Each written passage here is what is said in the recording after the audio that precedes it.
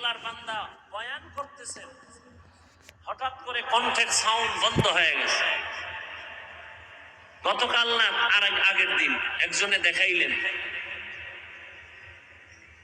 ইস্তেগফার করলাম দেখার সাথে সাথে যে আল্লাহ কি না পারেন, একটা সুস্থ মানুষ সুন্দরভাবে বয়ান করতেছেন মানুষের সামনে, হঠাৎ করে কণ্ঠের আওয়াজটা বন্ধ হয়ে গেল, আস্তে উঠা চলে গেছে, আর বয়ান আসে নাই। এই জন্য বলছিলাম আল্লাহ চাইলে সব হয়, বান্দা চাইলে কিছুই হয় না। কি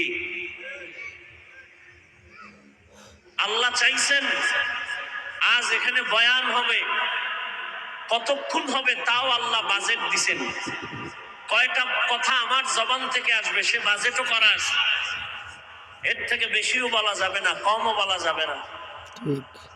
না আমরা বান্দা অনেকে চাইছি আজকে ওয়াজটা না হোক, আল্লাহ কইছে না হবে। আবার বান্দা চাইছে হোক, আল্লাহ কইছে হবে না, বৃষ্টি শুরু। তো বান্দা চাইলে কিছুই হয় না, আল্লাহ চাইলে হ্যাঁ। তবে এখানে কথা আছে, বান্দা চাইলেও হবে যদি বান্দার চাওয়াটা আল্লাহর সন্তুষ্টি অনুযায়ী হয়।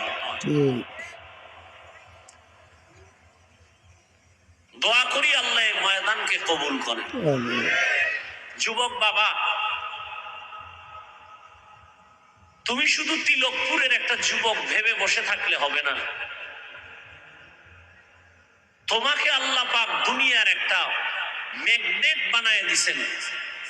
তুমি একটা যুবকের দ্বারাই সম্ভব গোটা দেশকে নিয়ন্ত্রণ করা নয়, গোটা পৃথিবীকে নিয়ন্ত্রণ করা। সেই মেটেরিয়াল, সেই মেডিসিন আল্লাহ তোমার মেধার মধ্যে দিয়েছেন। কিন্তু তুমি যাচ্ছ কোথায়? তোমার মেধার পার্সেন্ট কতটুকু বাড়তেছে না কমতেছে হিসাব মিলাও। তুমি ডাক্তার হও, তিলকপুরের নয়, আমার দেশের গৌরবান্বিত ডাক্তার হও, তোমাকে বিদেশে হায়ার করে নিয়ে যাও।